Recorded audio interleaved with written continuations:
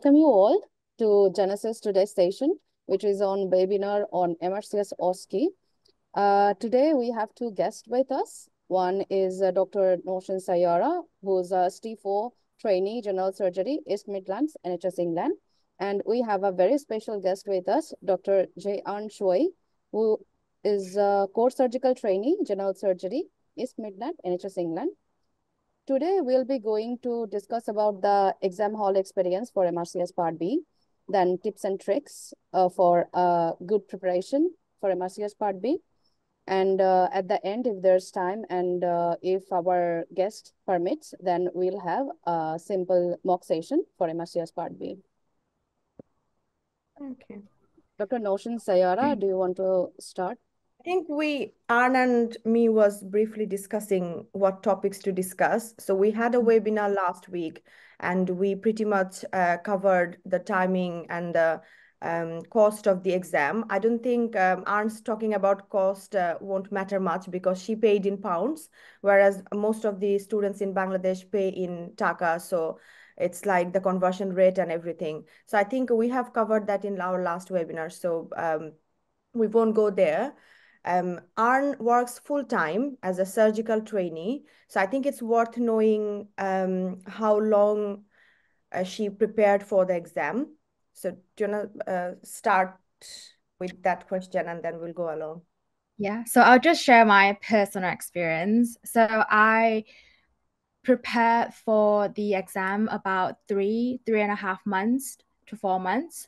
The ideal timeline is anywhere between minimum 3 months to 6 months.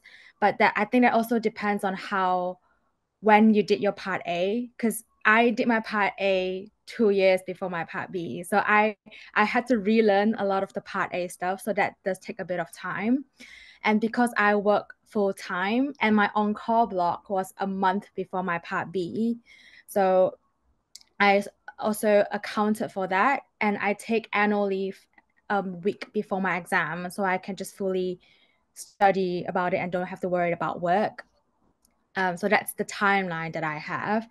And is there anything else specific that you want to talk about? So, no, I think you said you prepared for 3 to 3.5 months, maybe. That's when you like started seriously.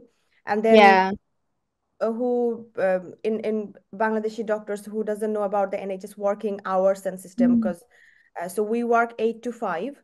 Yes. She's full time, so she would be working 5 days a week, and then on call means 8 a.m. to 8:30 p.m.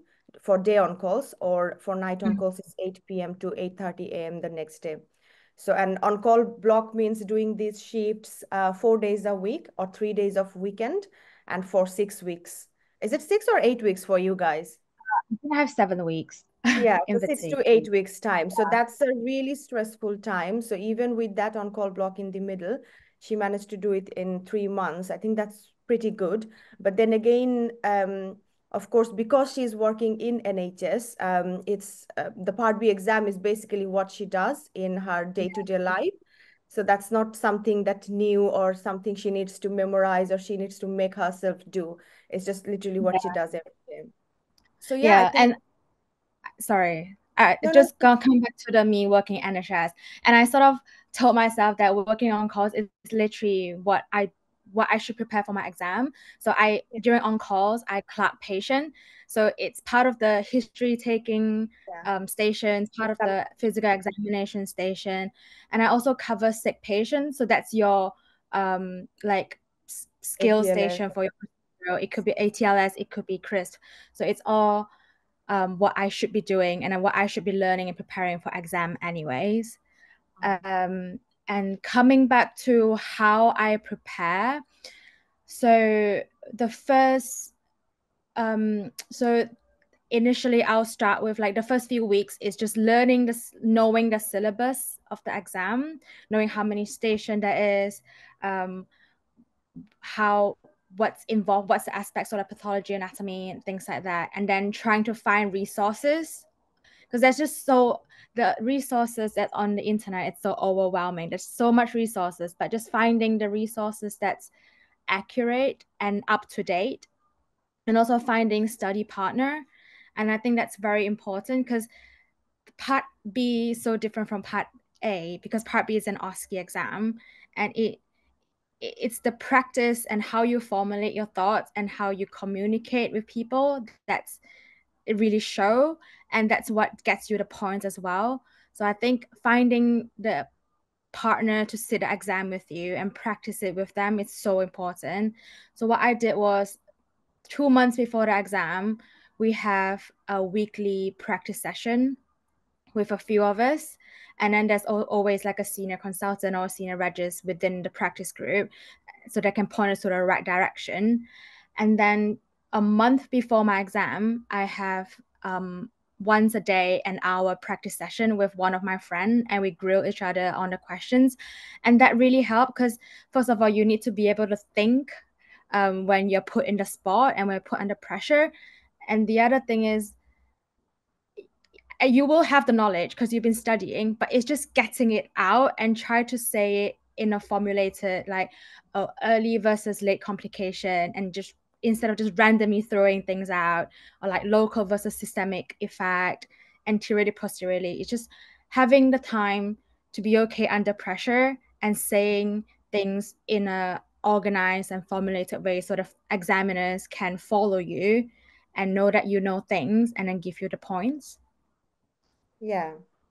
So I think, yeah, those are some really good points. So resources, I think we covered this as well in our last webinar. So different people would have different preferences. Like when we prepared 6 years ago, it used to be Turkey notes, Sing notes, and then doctor exam videos, RCS videos, yeah, and some books for knowledge, and definitely an anatomical atlas book, which is we follow the knitter's anatomy. So I used to literally like sleep with the book beside my pillow, so that if I don't remember anything, I can just wake up and just have a look. So that's now I think there's a lot of other notes as well, like Salah notes and some other materials in Bangladesh as well available. So resources, and then partner, I think, is something about we've been talking every single day, that you need to practice. So sometimes we see these things and we're like, oh, we'll be okay, I can do that. Until you go to do that in front of someone and you are a little bit stressed and you see that you can't even say the simple words. So we used to say all and do all these funny things in practice that we thought we would never do. So really practicing and making yourself do it in front of another eye. And definitely one is partner. And then it's also equally important to do it with other people who doesn't know you on a regular basis. Because in our last webinar, we said that sometimes partners may not give you the exact feedback, especially if it's a negative one, just because they don't want to hurt your feelings. But then you go to the exam hall and you find out that that's probably not the right thing to do. And that's a horrible feeling. So I think it's really important to do it in front of a third person as well. That person can be your senior, that person can be your friend or colleague or someone. So yeah, resources, partner, and then increasing the frequency of practice as you go nearer to the exam, and making yourself, like, more and more familiar with the stations, what will be there, what are you expected to do. All these things are really key. So having that covered, when you actually went to the exam, because you took your exam here in Sheffield, isn't it? In London, I did mine in London. In London. Oh, sorry. Yeah. So a lot of people nowadays come to UK to take the test because A, the exam centers are incredibly busy, and B, because people are more inclined towards clinical attachment and these sort of things now, like PLAB 2, they just come to UK, take the exam, do some clinical attachment, and then go home to apply for jobs. So I think it's worth knowing how the exam centers in the UK, and what was your experience when you were physically in the exam hall the day before the exam, the day on the exam, and the exam time? Yeah, so because I don't live in London, so I have to book my train and book my hotel. And there's also one thing. So if you're traveling to a new test center, make sure you book your flight or train and your hotel early in advance, because these are quite stressful if you don't have it prepared early. So I went there a day before and I booked a hotel that is 3 minutes walk away from the test center. So I know that I don't have to rely on public transport. Things don't get delayed. I won't be late for my exam. And I booked myself a nice hotel because I don't want to have interrupted sleep before the stressful day. And in terms of the exam hall, so I did it with RCS England. The Everyone's really welcoming there. I think they know that you are stressed and they know that this is such an important day of your life. Everyone's really nice, very supportive. When I reached there for registration, people were there, and then there was tea and coffee and breakfast waiting for me. And we were just ushered to the room. We're just waiting. And then the exam director came in and gave us like a welcoming speech. They have a presentation prepared to talk us through the exam flow. So we are expected to go in to like a clockwise direction in different rooms. Where is the rest station? What are we allowed or not allowed to do? So we're not allowed to bring in anything, not even pens. The only thing we're allowed to bring in is a stethoscope. If you don't have a stethoscope, it's fine because there's a stethoscope in the station if you do need them. And then what else did they talk about? And if you have any problems during the station, the examiner is going to be there, and they're all really nice. And there are always people walking around outside the station. So if you need anything, or if you're feeling unwell, or if you have any issues in the station, people will be there to help you out. It's quite a formal exam, but people are really friendly and supportive. If there's any issues, I felt that I'm empowered to speak up if there's anything. And after the exam, there's also, we gather around and there's a feedback session to talk about things that's gone well, any issues or any concerns I have that I think have affected me negatively and or unfairly. There's an opportunity to speak up as well. Yeah, I think again, so these things make a lot of difference. I think in our last webinar, we had a question about that, which center you are taking, does it make a difference in your performance or in your result? Well, as we were talking the other day, that the technical answer to this question is no, it doesn't and it shouldn't. But if you look at it more deeply, then even an examiner, you know, when you are doing the exam and you feel like, oh, you're not doing very well, if they say, okay, just be relaxed, it's fine, keep doing this. So that can even that can make a difference if like they're approaching you very nicely and in a friendly way. Whereas if someone is just sitting there with a very tough face and is like, yeah, I'm gonna judge you through this, even that can, you know, sometimes affect your performance in a negative way. So yeah, things can happen, but we have to keep in mind that there are human factors and there's nothing we can do about it. Of course, they won't be allowed to unfairly judge you or cut your number for something that you have done correctly. And there's even other lay examiners, lay observers to make sure of that. So don't be afraid of that just because someone looks unapproachable, they won't be able to downscore you for something you have done correctly. So you just have to do it correctly and you just have to get done with it. So I think that's really the key. But yeah, stress and nervousness can make you do funny things, isn't it? So it makes a lot of difference if you feel relaxed in your exam center. So I think our preparation wise, did you feel any specific challenges? Because from what I've seen in my previous years of experience, for people who take the exam from here, the skill part is actually the easier part for them. Whereas it used to be a big deal for us because, you know, giving all these instructions in English, even that we would have to practice a lot to make ourselves do it. But then again, knowledge-wise, because a lot of people can sometimes leave their job or training for a couple of months to take preparation for this exam, so they can sit and read through the knowledge bits. So normally I've heard of many, like really a few amount of people who has failed in knowledge. Whereas after coming here, I saw, because you guys are in full-time job, full-time training, you can't really afford coming off that fully for 2 to 3 months and sit on your table and read. The knowledge bit is a bit challenging.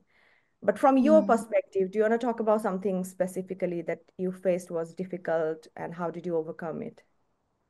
I definitely felt the knowledge bit was more difficult to prepare than the skills bit, because the skills bit is what I do day in, day out, and it's how I interact with patient. The knowledge bit is very difficult because the syllabus is so vast. I wouldn't know what's gonna be in the exam. So, and I found anatomy is particularly challenging because it's just they ask you in such details of the anatomy that you've never need to apply clinically, and it's very difficult for me to commit to memory the different ligaments in the ankle joint, and I definitely found that it was very difficult, and it takes me months to come back to the same, just keep revising to commit to memory. What have I done differently? It's just practicing with friends, because once you get it wrong, the next time you'll get it right. So that's one way of thinking about it. And when you practice with friend, even though you're the examiner and you're quizzing your friend, you learn through that as well, and you know what's important to know and what's less important that will come out in exam. That's what I think. The things that I found useful was, because we talk about resources, I personally use a lot of like Teach Me Anatomy, Teach Me Surgery on the internet. And I've also used Ackland's Anatomy because it's free if you are an RCS Edinburgh member. And they have really nice videos and pictures of different position of like the liver that they could show you on the exam, because the anatomy station in the exam, it's either be a picture of a cross section of a imaging, or a picture of a specimen, or a human, like a patient as a surface anatomy. And I think Ackland's Anatomy, like it is quite useful for me to prepare for that. In terms of pathology and critical care, I think anything that's covered in ATLS and CRISP is a fair game. So I've been advised to go through the ATLS book and as well as the CRISP resources, because things like that could come up very easily, and you're expected to know things that's covered on those courses. What else? And just day to day talking to seniors and finding out what came out in their exam, and practicing with them. That's quite useful for me as well.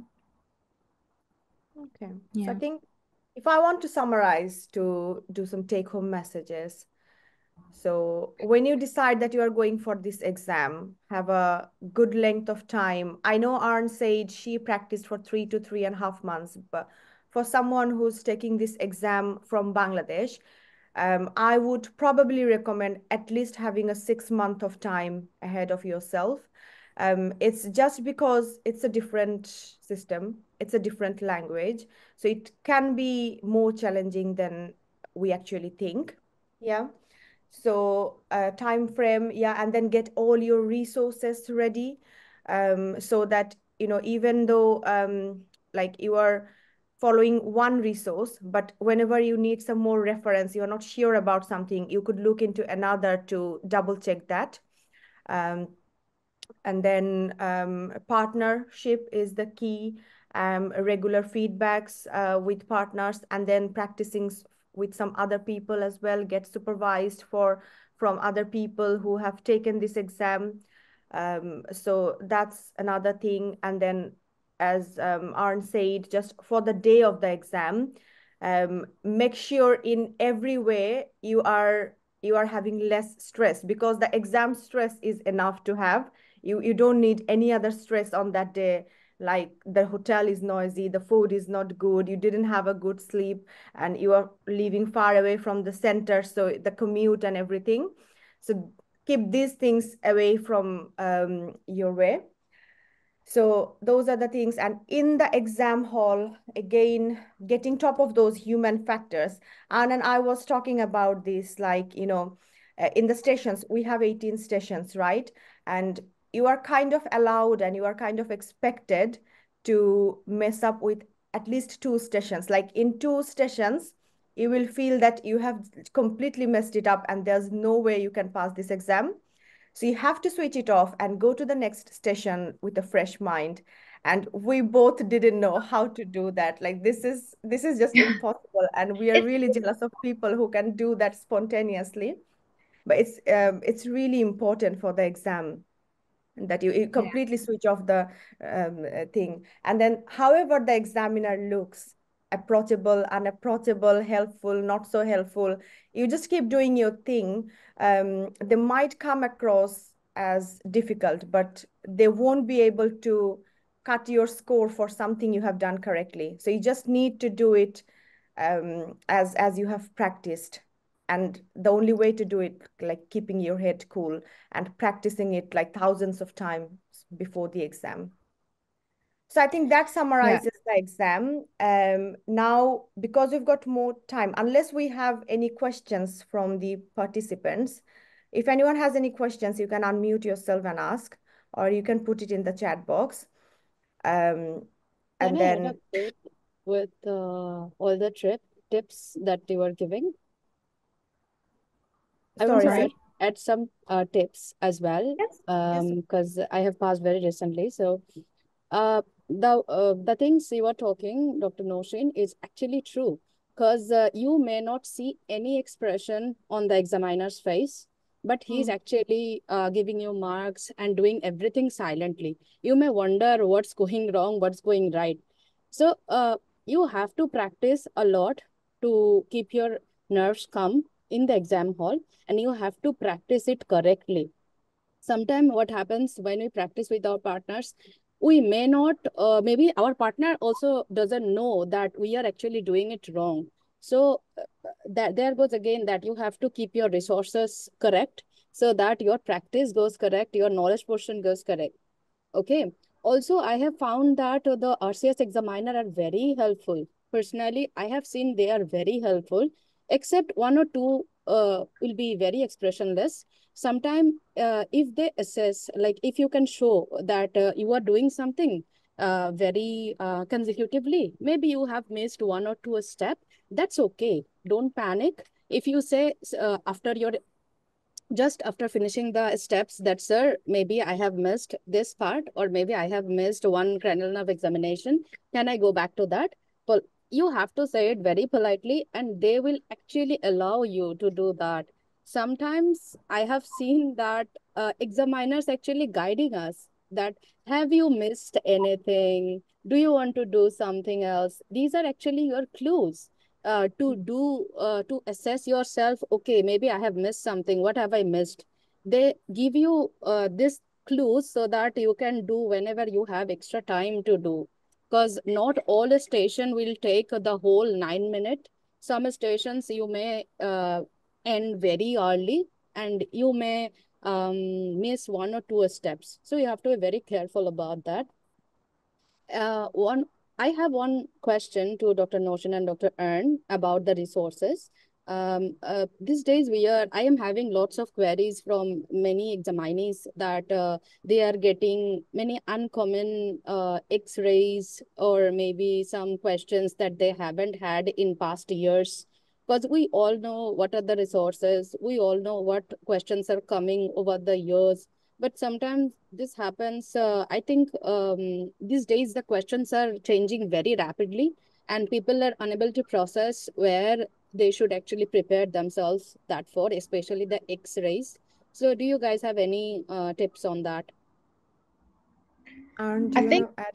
yeah, I'll go. So I did get show some x-rays and imaging on my exam, but I it wasn't it's I would say it wasn't different from what I see day to day as a doctor in a hospital. I don't think they put it there to catch you and make you fail.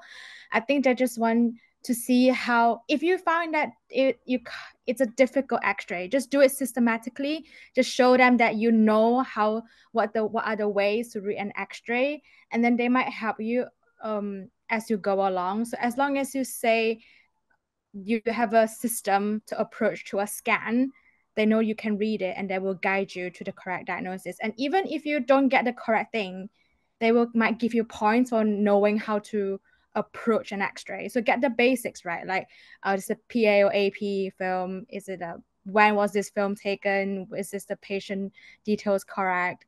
So I wouldn't get too bogged down by not getting the actual diagnosis, but I would just prepare to know how to approach an x-ray or approach an ECG, have a formula in mind when I get thrown something that's really unfamiliar with. That's how I would think to approach it. Yeah, I think, again, I mean, I can't speak for what exactly they would put in the exam, but what my understanding of this exam is, this is not a radiology specialist exam. You're not expected to read a scan as a radiology consultant, right? It's just a basic surgical exam, and all you need to do is just, they would probably just bring the props they have in their hand, especially if it comes with some positive clinical findings. So yeah, just go through the systematic approach of describing a scan. And then if there is any obvious finding, just point it out. Like if there is a huge pleural effusion or if there is a completely collapsed lung, you have to pick it up. Tips wise, I think what I want to say is look at a lot of x-rays when you are practicing in the clinical setting, so that you are confident that if you look at an x-ray which has some obvious finding, like for me, if I look at an x-ray with someone with a tiny lung nodule, I won't probably pick it up anyways. But if there is a like completely collapsed lung, then I will know that, okay, that's not right. So that's all you are expected to do. I don't think it will be more intense than that, to be honest.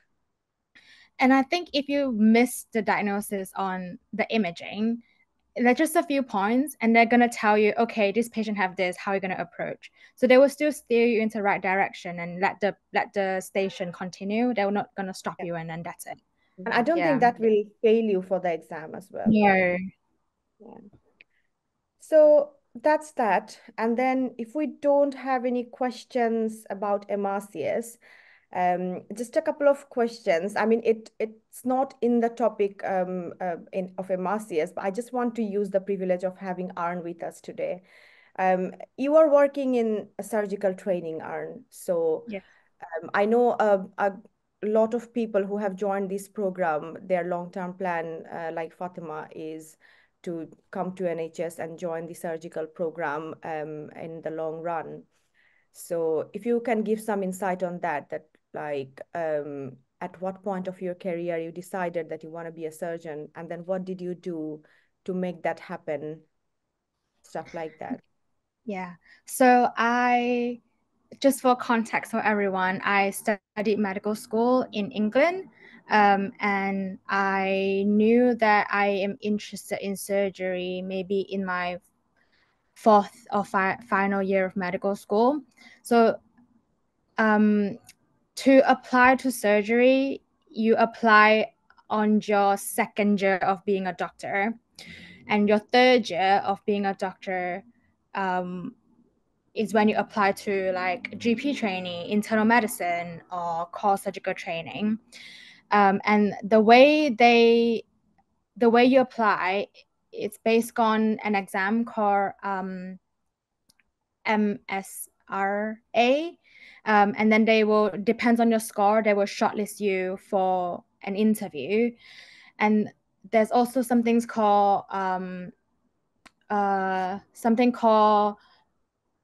your point system, self-assessment point. So it depends on your publication. So your research publication, your teaching point, your audit point, your presentation, whether you have any extra degrees, things like that. So I would, and then after that, you get into your core surgical training year 1, core surgical training year 2.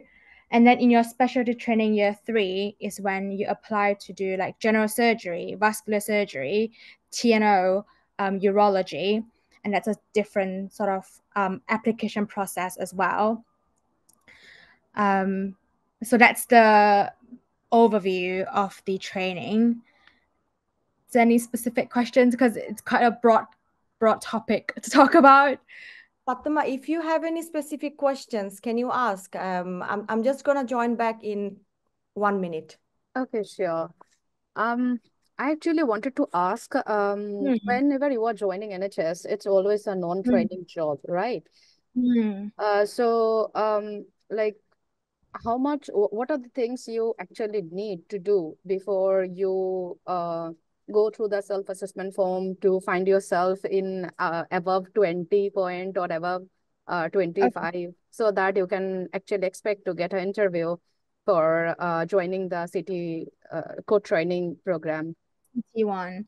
So, besides the MSRA, the self-scoring assessment. So you would need like, I'm just going to details now. So you need like 40 theater cases that you've assisted, and it can be anything from medical school up to when you apply.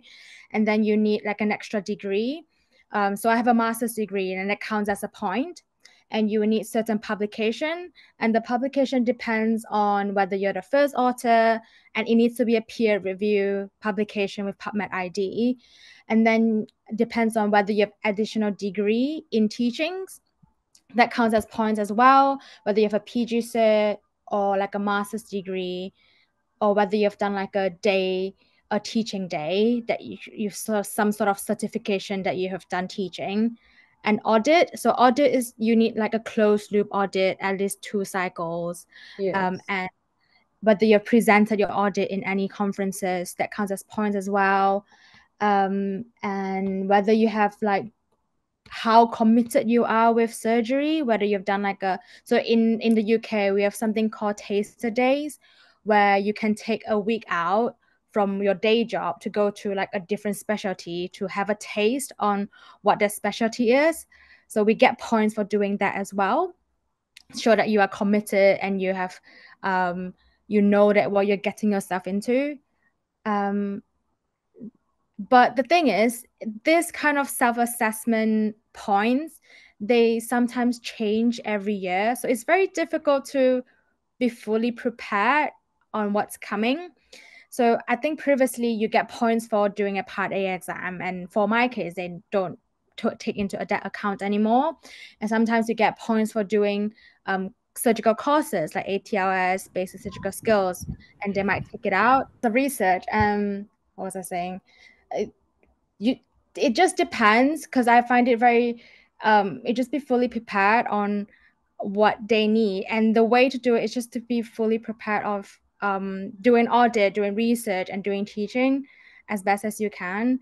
And it's difficult because the competition ratio is it's like increasingly getting more and more difficult now. And taking a year out to do like a trust grade job, like Dr. Fatima you said, is actually it's quite a good idea as well, because you get time to prepare your audit, have all your portfolio sorted and things like that. But yeah, it's really difficult to be fully prepared. That's what I'm gonna say. But it's just doing what you can, and just not everyone has all full points. Just do what you can, and that's really it. I think I want to add some points to that, because I don't know if Arn has worked in any non-training post in UK, because you have graduated from here, isn't it? You probably did your foundation, then co-training and everything. So I joined my non-training job in the UK in December 2019. And from day one of that job, when I joined, I had literally zero idea about anything about surgical training, portfolio, interview, anything about UK basically. I just knew that I got a job and then I was here. That's the next thing I knew. So what I did to to overcome this gap is like really talk to a lot of people, trying to get to know the system, trying to get to know the portfolio requirements, and like trying to start working on those from a really early period of time, getting your audits done, getting some presentations, getting like probably a lot of people won't have like a fast author publication in a fantastic paper, and that's okay. But it's just to have some idea, and if even if you have some co-author publications, one or two, that's really helpful. And then teaching. So I used to volunteer for teaching the medical students. In my first year, I joined as a clinical supervisor for Cambridge medical students because I was working in Bedford at that time. These opportunities are out there. You just have to go around and ask people that, can I do this? Can I do that? And people are really cooperative when they see that you are very interested and enthusiastic to do this. They do cooperate to help you. And that's the good thing about NHS actually. So for someone like completely from out of the system, I got a lot of help and support from my consultants and other colleagues to meet up to all these requirements, right? And then it's a tick box game really. So there Yeah. are maybe about 20 boxes, and you have to tick all of them that to apply for the training. Just do some basic like laparoscopic appendicectomy. So maybe go to some basic laparoscopic courses. And then once you are happy handling laparoscopic instruments, ask your registrar colleagues that, can I do a little bit of the appendicectomy? So first day they will probably let you put some endoloops. The next day probably they will let you do some dissections. Arn has just done a few solo appendixes this week. So she's just getting ready for the registrar job basically. So all these things, and then you show up for teachings, you get part in, you get involved in departmental audits. But what I have tried to do for my juniors differently is that I talked and talked about it repeated times to let people in Bangladesh know that, look, you have to do all these things and you better start earlier than later.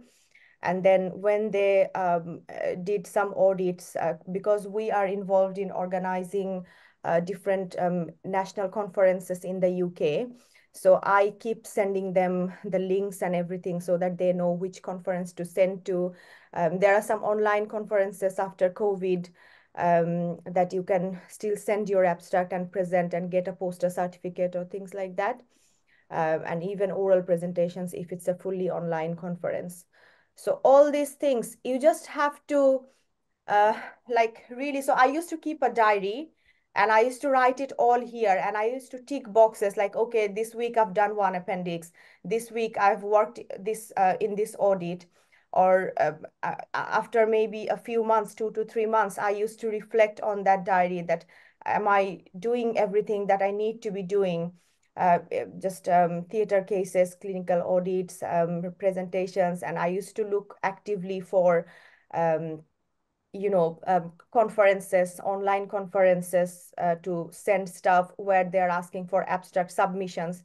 So at some point, this is the good thing about social media, isn't it? So once Google or Facebook knows that you are interested in these things, they will keep sending you more and more links. So whenever there is a conference and there is some opportunity to submit abstracts, they will send it to you if you are constantly searching those. So all these things, I think, really helped. And if I managed to get it within 3 years of my NHS service. So I think everyone should be able to get it there, but you have to like, it's just the thing that has to be in the back of your head all the time. So you have to always keep thinking that, what am I doing now? What am I going to do next? All these things. Yeah, and I And think it needs starting from like 2 years before and try to have everything in place. yes, Because research, audit, everything takes time to have any results. yeah, especially publication. I think if you Mm, start working on a publication today, it takes at least 1 year, at least yeah, like 8 months to 1 year to get it. And then you can only submit it as an evidence if it's accepted or in press, and you have like a ID, because they will search with the ID in Google. So yeah. at least 1 year before you have to start.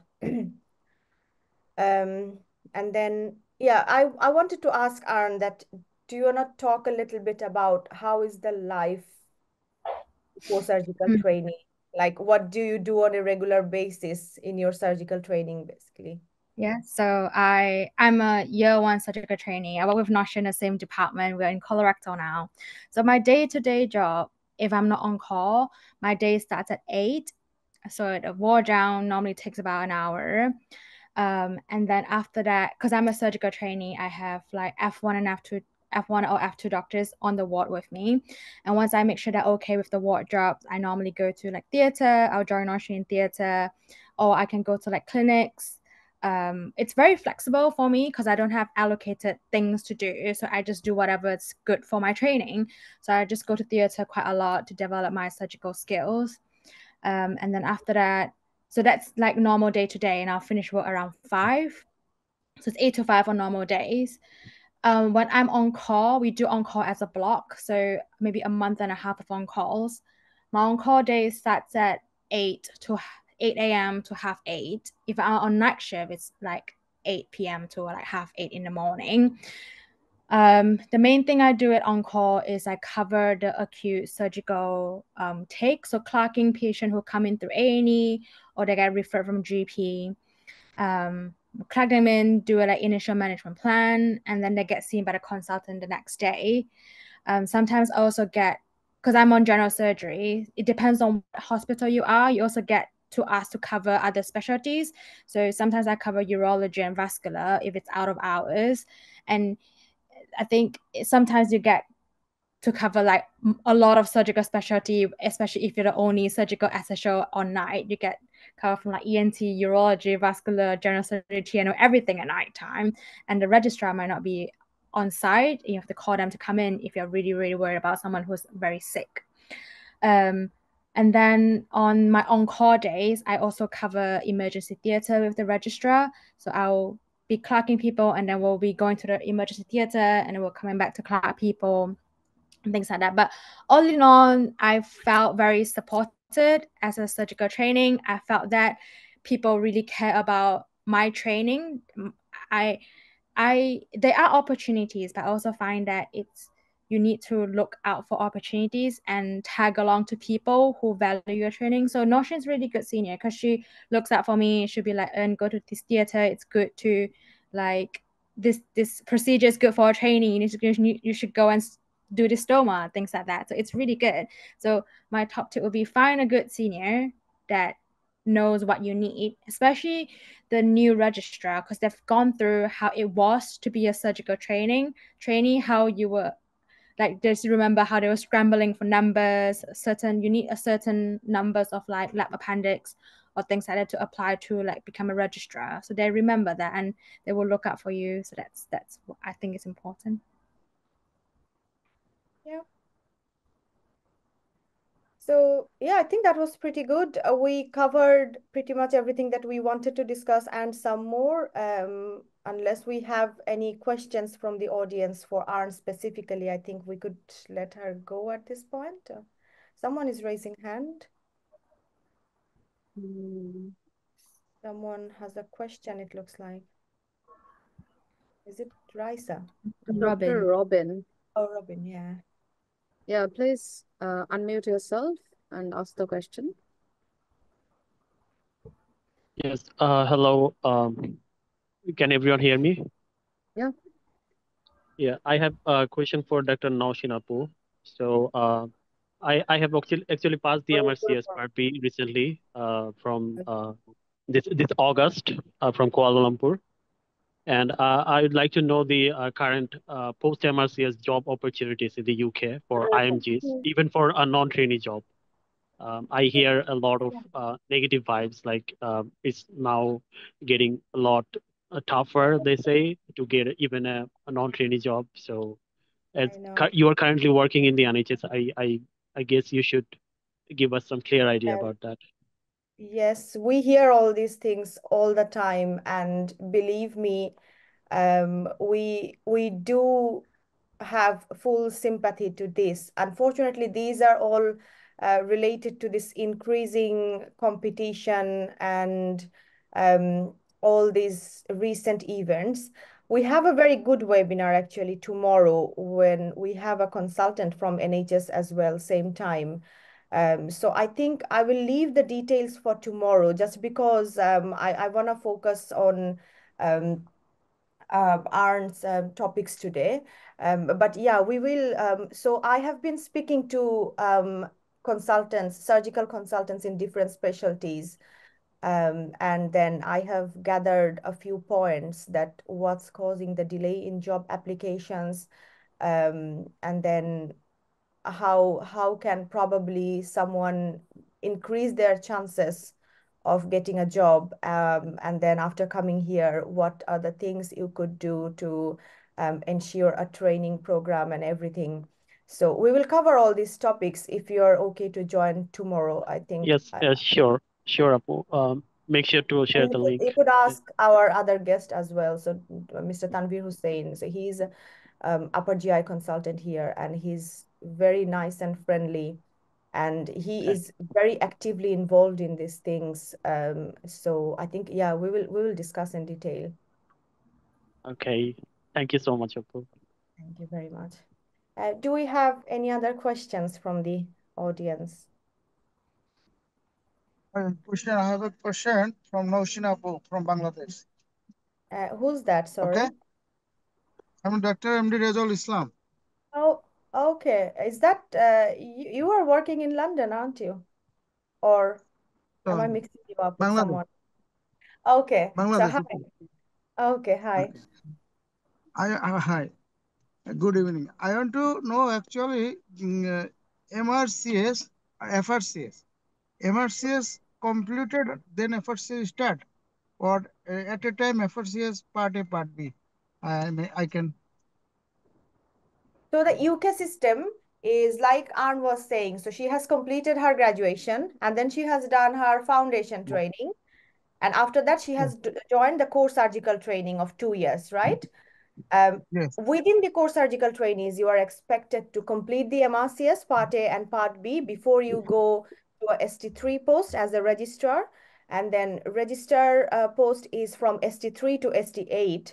So ST3 to ST6, you just have to do the general surgery, upper GI, lower GI, breast, hepatobiliary, and then transplant and all those sort of things. You don't have to declare a subspecialty or take FRCS at that time. After you have received your annual review outcome of ST6 year and entering ST7, that's when you are expected to book your FRCS Part 1 exam and complete your FRCS exam by the ST7 and ST8 year before you complete your clinical training. So that's how the timeline works in the UK. I do not think there is any way to obtaining FRCS without MRCS, even from Bangladesh. There are different forms of FRCS. Again, I would like to leave the details for tomorrow because I'm not an FRCS holder, but we do have an FRCS holder tomorrow as a guest. There are, I know, this overseas FRCS and sort of things, but I believe you need MRCS for that as well. I hope that answers, but again, we can have more discussions about this topic tomorrow. Hello, Apu. Can I ask a question? Yes, that is Dr. Promit Shah, isn't it? Hello. Yes, Promit, we can hear you. Oh, Can you hear us? network problem, right? Okay. If the network is not good, you Yes, can put I it can in the hear chat you. box. Am I audible? I can hear you.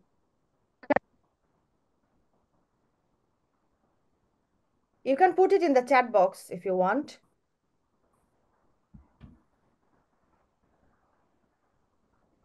If anyone wants to ask any question, you can just tap on the raise hand button and we will immediately see. I think it's 1 o'clock, so I want to let Arn go if that's okay. Poor girl, I've already ruined some of her weekend. It's just after working 5 days of hectic week, you really don't want to do anything work-wise. No, Saturday, it's a pleasure for me to be here. No, that's Thanks okay. Thank you so for much being for part of joining, it. and I know you had a busy week.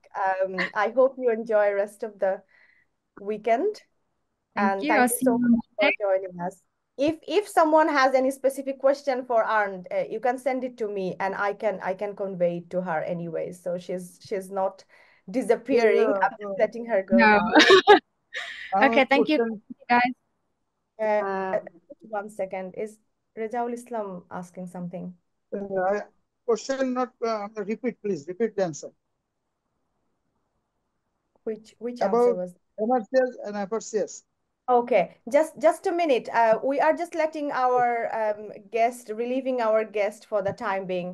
Thank you so much, Bye. Arn, for joining. Thank you, everyone. Bye. Thank you. Take care. See you next week. Bye bye. Yeah. ওকে ফাতেমা, তুমি এখন চাইলে বাংলায় carry on করতে পারো। yeah, thank you.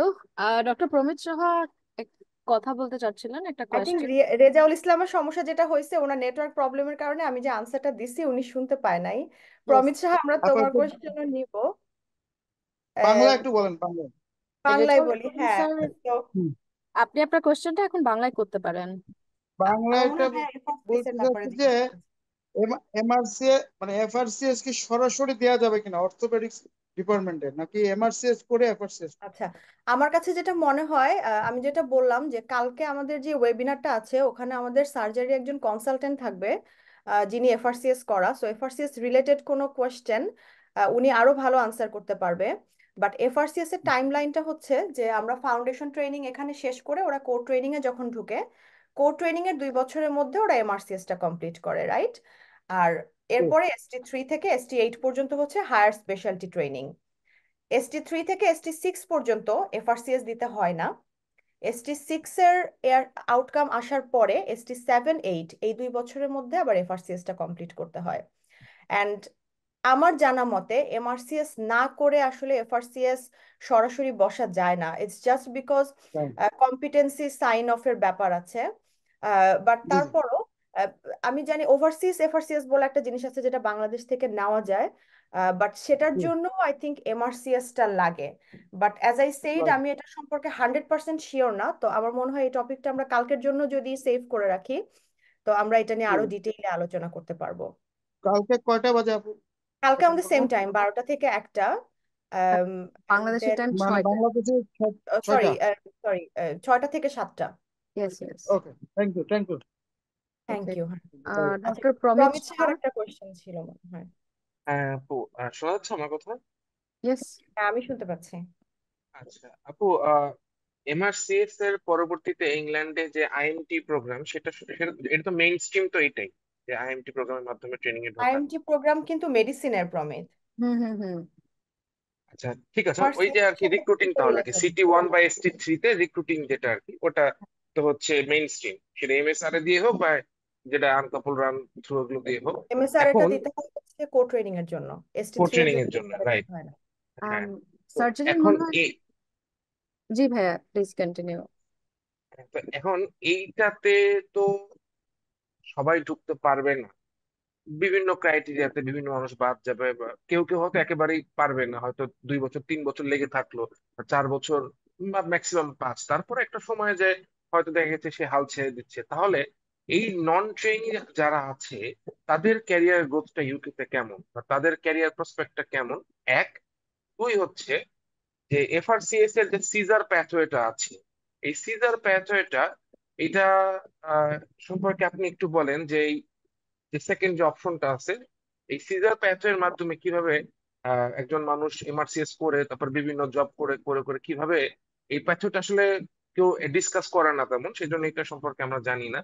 এই প্যাথওয়েটা যদি আমাদের একটু বোঝাতেন, যে সিজার প্যাথওয়ের মাধ্যমে আমরা কিভাবে আমাদের কম্পিটেন্সি গুলা সাইন করতে পারি, এই এটা জানতে চাচ্ছি আর কি।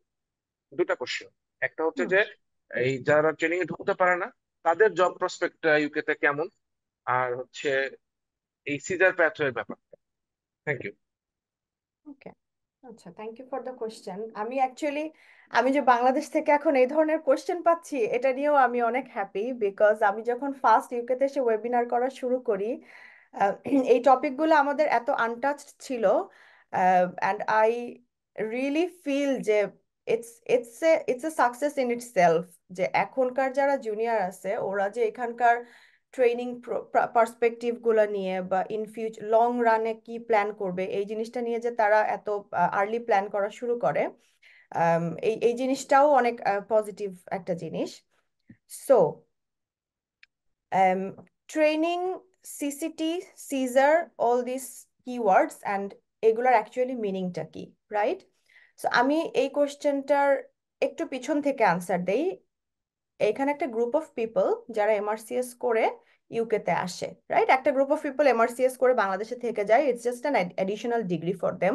বাট যারা ইউকেতে আসে এবং তারা কাজ করা শুরু করে, তাদের মধ্যেও আবার একটা গ্রুপ আছে যে তারা কিন্তু ডেডিকেটেডলি সার্জারিতেই কাজ করবে এরকম মাইন্ডসেট নিয়ে আসে না। তারা হয়তো বা ইনিশিয়ালি জিএমসি রেজিস্ট্রেশন করবে বা আচ্ছা এমআরসিএস এর ব্যাপারে জানলো, পড়া শুরু করলো, পরীক্ষা দিল, পাশ করলো, চলে আসলো।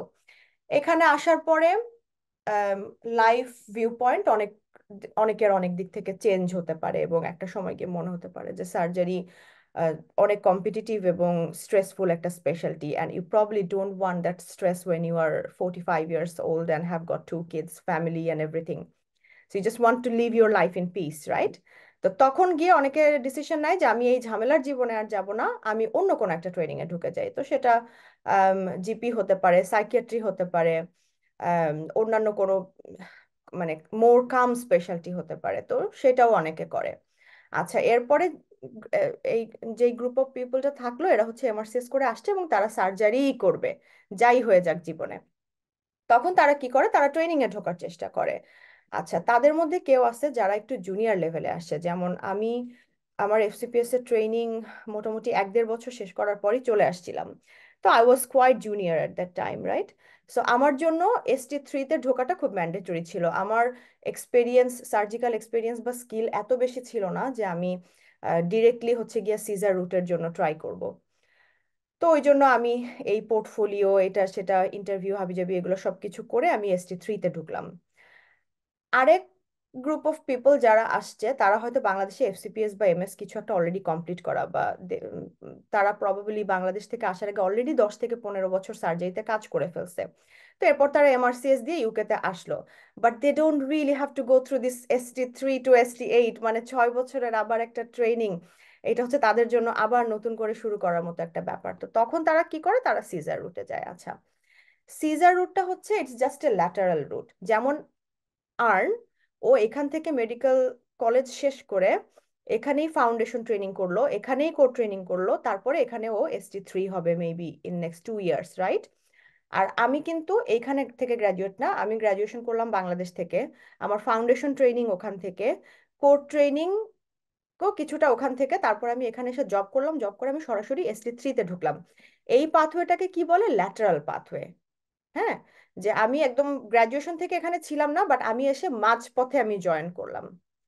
তো এইটাই আবার যখন আমার থেকে আরো কেউ হয়তো বা আরো 10 বছর যে বেশি কাজ করে আসছে, সে কি করবে, সে ST3-তেও ঢুকবে না, সে সরাসরি এসে এফআরসিএস দিতে যাবে। তো এফআরসিএস দেওয়ার জন্য যে রিকোয়ারমেন্ট গুলো আছে সেই রিকোয়ারমেন্ট গুলো তাকে ফুলফিল করতে হবে। সেই রিকোয়ারমেন্ট গুলো কি কি, এটার একটা সিসিটি চেকলিস্ট থাকে, যে আপনাকে হয়তো এখন আপনি কোন সাবস্পেশালিটিতে করবেন এটার উপর ডিপেন্ড করে। যে আপনি যদি কোলোরেক্টালে করতে চান ফর এক্সাম্পল, তাহলে আপনার হয়তো 50টা কোলোরেক্টাল রিসেকশন করা থাকতে হবে, এবং এইগুলো আপনি ফুললি ইন্ডিপেন্ডেন্ট করতে পারেন, এবং এটা 3টা কনসালটেন্টকে এটা সিগনেচার দিতে হবে যে আপনি ফুললি ইন্ডিপেন্ডেন্টলি কোলোরেক্টাল রিসেকশন করতে পারেন। তারপরে হার্টম্যানস প্রসিডিওর, আরো কিছু প্রসিডিওর, এবং এই প্রসিডিওর গুলো স্পেশালিটি অনুযায়ী এক একটা স্পেশালিটির এক একটা ডিফারেন্ট। তো এটা যদি কেউ একদম স্পেশালিটি অনুযায়ী জিজ্ঞেস করে তাকে হয়তো বা আমি এটা দেখাতে পারবো, বাট এখন এটা বলতে গেলে it will be a very long story. তো তখন সে কি করবে, সে ল্যাটারালি তখন সে কনসালটেন্টের সাথে গিয়ে কথা বলবে যে আমি এরকম অপারেট করতে পারি, বাট আমার এটা 3টা কনসালটেন্টের কাছ থেকে এটা সাইন অফ নিতে হবে। তো কনসালটেন্ট তখন বলবে ঠিক আছে, তুমি আমার থিয়েটারে আসো, কাজ করো, আমি তোমার কাজ দেখি, দেখার পর তারপর আমি তোমাকে সাইন অফ করব। তো এই যে কনসালটেন্টের সাথে এই রিলেশনটা বিল্ড আপ করা, এই ট্রাস্টটা বিল্ড আপ করা, তারপরে এই থিয়েটারে গিয়ে যে ইন্ডিপেন্ডেন্টলি যে সে এই অপারেশনগুলো করতে পারলো, এই জিনিসগুলোর জন্য সাইন্ড অফ হওয়া, এই এই জিনিস এইগুলা তাকে তখন ওই নন ট্রেনিং রুটেই করতে হবে। যেরকম করে আমরা করি সেরকম করেই তারা করবে, বাট আমারটা হচ্ছে ট্রেনিং রুট, তারটা হচ্ছে সিজার রুট। ওকে, বাট কাজ কিন্তু সেম। আমারও কিন্তু এখন কাজ তাই, যেমন আমি এখন ST4, আমাকে এখন ল্যাপারোস্কোপিক অ্যাপেন্ডিসেক্টমি, ল্যাপারোস্কোপিক কলিসিস্টেকটমি, তারপরে ইঙ্গুইনাল হার্নিয়া অপারেশন, এগুলো যে আমি ইন্ডিপেন্ডেন্টলি করতে পারি, এগুলো আমাকে কনসালটেন্টের সামনে করে করে তাদের কাছ থেকে সাইন নিতে হয়। ঠিক আছে, তো লেভেল 2, 3, 4 হচ্ছে হাইয়েস্ট লেভেল, যে আমি কমপ্লিটলি ইন্ডিপেন্ডেন্টলি এটা করতে পারি। তো তাকেও এই সেম জিনিসটা করতে হবে। আচ্ছা, এর পাশাপাশি তাকে এই যে অডিট করতে হবে, টিচিং করতে হবে, রিসার্চ পাবলিকেশন করতে হবে, কিছু প্রেজেন্টেশন করতে হবে। তো এই সেম জিনিসগুলো তারাও করতে থাকে। আচ্ছা, করে যখন তারা একটা ST6 এর লেভেলে সব রিকোয়ারমেন্ট ফুলফিল করবে এবং তাকে 3টা কনসালটেন্ট এটা সাইন দিবে যে না, ও এই সমস্ত রিকোয়ারমেন্ট ফুলফিল করছে, and now he or she can take the FRCS exam, তখন সে এক্সাম নিবে। ওকে, এক্সাম নেওয়ার পরে সে যদি পাশ করে, এরপরে তার তখন ST8 এর লেভেলের যেটা রিকোয়ারমেন্ট নেওয়া, এবং এগুলো সব হচ্ছে থিয়েটার কেস, তারপরে এই যে আদার একাডেমিক ওয়ার্কস, এইগুলোর উপর বেসিস করে তাকে সাইন অফ নিতে হবে। এগেইন যখন তাকে 3টা কনসালটেন্ট সাইন অফ করে দিবে যে হ্যাঁ, সে একদম ওই ST8 লেভেলে আমরা যা যা করি সেই সমস্ত অপারেশন ইন্ডিপেন্ডেন্টলি করতেছে, সে পেশেন্ট ইন্ডিপেন্ডেন্টলি ম্যানেজ করতেছে, ক্লিনিক করতেছে, এন্ডোস্কোপি করতেছে।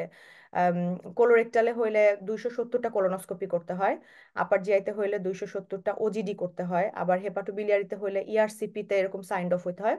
তো যখন সে সব কিছু এই চেক লিস্ট কমপ্লিট করে একদম ফুল পেপার ওয়ার্ক হয়ে যাবে, তার FRCSও কমপ্লিট হয়ে যাবে, then he can go for CESR application pathway. তার এটা কমপ্লিট হলে, আগে যেটা হতো আজ থেকে 5-6 বছর আগে, যারা সিজার রুটে কমপ্লিট করতো তাদের সার্টিফিকেট হতো সিজার সার্টিফিকেট, আর আমাদের মতো যারা এরকম ট্রেনিং রুটে কমপ্লিট করতো তাদের সার্টিফিকেটটা হতো CCT সার্টিফিকেট। তো দুইটা সেম জিনিস, but it's a little bit of different name. আমি অ্যাকচুয়ালি জানি না যে এটা কনসালটেন্টের জব পাওয়ার ক্ষেত্রে এটা কি কোনো সিগনিফিক্যান্ট ডিফারেন্স রাখতো কিনা, সেটা আমি জানি না। বাট কোভিডের পরে তারা যেটা করছে, এই সিজারের যে সার্টিফিকেট আর CCTর সার্টিফিকেট সেম করে দিছে, হুইচ মিনস আমি আজ থেকে আমার তো ST4 চলে 5, 6, 7, 8, তো আমি আজ থেকে 4 বছর পরে যে ক্লিনিক্যাল ট্রেনিং কমপ্লিশনের 4 বা 5 বছর পরে আমি সার্টিফিকেটটা পাবো, যে কিনা এখন সিজার রুটে এই সেম কাজগুলো করতেছে, সে ওই সেম সার্টিফিকেটই পাবে, সেম CCT ইকুইভ্যালেন্স, CCT সার্টিফিকেটই পাবে, not CCT equivalent, CCT certificate, একদম exact same thing. And then he or she can go for apply for consultant post, just like I can do.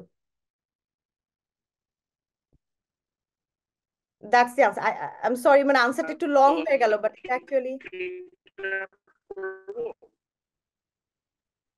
তোমার কথা একটু ভেঙে ভেঙে আসতেছে প্রমিত। আমি করবো এর মধ্যে একটু ইন্টারাপ্ট করে। আমার আনসার শেষ, ইন্টারাপশনে কিছু নাই, তুমি বলো। আচ্ছা আচ্ছা, এখন তাহলে হচ্ছে যে, তাহলে যারা আমরা আপনাদের মধ্যে ট্রেনিং এ আছে আর যারা CCT রুটে যাচ্ছে, মানে CCT রুটে তাহলে অতিরিক্ত সময় লাগার একটা কথা শুনি, যে যারা সিসিটি সরি যারা ট্রেনিং রুটে যায় তাদের সাপোজ ST8 পর্যন্ত, যে ধর 5 বছর, 3 থেকে 8 পর্যন্ত যে 5 বছর, 5 বছরেই তাদের হয়ে যায় কমপ্লিট, কিন্তু যারা CCT রুটে যায় তাদের আরো বেশি সময় লাগে। তাহলে এই বেশি সময় সিজার রুটে লাগার বেশি সময় লাগে? কারণটা কি? হ্যাঁ হ্যাঁ হ্যাঁ, সরি, আমি আমি শুনেছি জিনিসটা এটা যে ক্লিয়ার বুঝতে সিজার পারি নাই, রুটে কোন রুটে বেশি সময় বেশি লাগে? সময় লাগে সিজার। সিজারে? হ্যাঁ, কমপ্লিট করতে বেশি সময় লাগে, বা FRCS পরীক্ষা দিতে যে যে যোগ্যতাটা অর্জন করা লাগে সেটা করতে বেশি সময় লাগে সিজার রুটে। তো এই বেশি সময় লাগার কারণটা জানতে চাচ্ছি, যে এটা কি এরকম কোন কারণ যে আপনারা ওটিতে বেশি যান, আপনাদের ওটি লগবুক তাড়াতাড়ি ফিল আপ হয়ে যায়, আর যারা সিজার রুটে যায় তাদের ওটির লগবুক ফিল আপ হইতে বেশি সময় লাগে? ইজ ইট এরকম কোন কারণ, নাকি আর অন্য কোনো কারণ যেটা আমি জানি না বা বুঝতে পারতেছি না? আচ্ছা, কারণের মধ্যে হচ্ছে আম, 1 নাম্বার কারণ হচ্ছে যে আমি অ্যাজ এ ট্রেনে যে সুবিধাটা পাই, সেটা হচ্ছে যে আমার প্রতি 6 মাসে আমার সুপারভাইজার আছে ডেডিকেটেড, আমার প্রতি 6 মাসে তার সাথে 3টা মিটিং করা লাগে। সো বছরে 6টা মিটিং। ওকে, এই 6টা মিটিং এ সে আমার সাথে কথা বলে এটা এনশিওর করে যে আমার এই লেভেলের ট্রেনিং এ যা যা করার কথা আমি সেইগুলো করতে পারতেছি কিনা। যদি আমি না করতে পারি, দেন এটার উপরে রিফ্লেকশন হয়, আমার রিফ্লেকশন হয়, তারপরে অন্যান্য কনসালটেন্টদেরকে এটা জানানো হয় যে আমার এখন যা যা করার কথা আমি সেটা করতে পারছি না, কেন পারছি না, এবং সেটা আমি কি করলে আমি করতে পারবো, এই জিনিসগুলো এনশিওর করা। মানে it's kind of their headache as well. এটা শুধু আমার হেডেক না, এটা তাদেরও হেডেক যে আমি করতে পারলাম কিনা। ওয়ারাজ নন ট্রেনি পোস্টে জিনিসটা এত ফ্রিকোয়েন্ট সুপারভিশন হয় না। হ্যাঁ, তাদেরকে হয়তো বা 2 মাস পর পর কেউ বসায় জিজ্ঞেস করে না যে তোমার তো এই 2 মাসে এতগুলা হেমিকোলেক্টমি করার কথা ছিল, তুমি কি করছো। এত ফ্রিকোয়েন্টলি হয় না। তাদেরও হয়, বাট তাদেরটা আরেকটু আনসুপারভাইজড। তাদেরটা যেটা করতে হয়, মানে আমাকে হয়তো যেটা ওরা ঠেলে ঠেলে করাবে, তাদেরকে ওটা নিজের আগ্রহ নিয়ে নিজের থেকে গিয়ে গিয়ে করতে হয়। এইটুকু ডিফারেন্সই। ট্রেনিং অপরচুনিটির ক্ষেত্রে যদি বলো, আমি সোফার 4টা হসপিটালে কাজ করছি ইউকেতে। এক একটা হসপিটালের কালচার সম্পূর্ণ এক এক রকম। কোনো হসপিটালে তুমি দেখবা যে তুমি ট্রেনি হিসাবে তুমি অপারেশন লিস্ট অনেক কিছু বেশি পাচ্ছ। আবার কোনো হসপিটালে তুমি দেখবা যে একটু ভ্যারিয়েশন থাকে, ট্রেনিরা একটু বেশি পায়, নন ট্রেনিরা একটু কম পায়। আবার আমি এমন হসপিটালও দেখছি যেখানে নন ট্রেনিরা বেশি পায়, ট্রেনিরা কম পায়।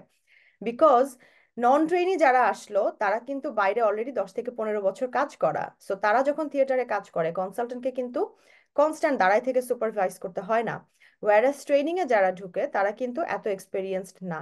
সো তারা যখন কাজ করবে কনসালটেন্টকে দাঁড়ায় থেকে সুপারভাইজ করতে হয়। তো কিছু কনসালটেন্ট আছে হয়তো ওটা প্রেফার করে দাঁড়ায় থেকে সুপারভাইজ করা, কিছু কনসাল্ট বা তাদের আরো অন্য কমিটমেন্ট থাকে। So sometimes they just prefer to যে আচ্ছা তুমি এটা করো তোমার মতো করে ইন্ডিপেন্ডেন্টলি, আমি আমার এই কাজটা শেষ করি। তো এগুলো আসলে জাস্ট মানে খুবই ডে টু ডে বেসিস। এটাকে এভাবে জেনেরিক্যালি কোনো একটা ছকের মধ্যে ফেলা খুব ডিফিকাল্ট। এক একটা কনসালটেন্ট এক এক রকম, এক একটা হসপিটাল এক এক রকম, এক একটা ডিপার্টমেন্ট এক এক রকম।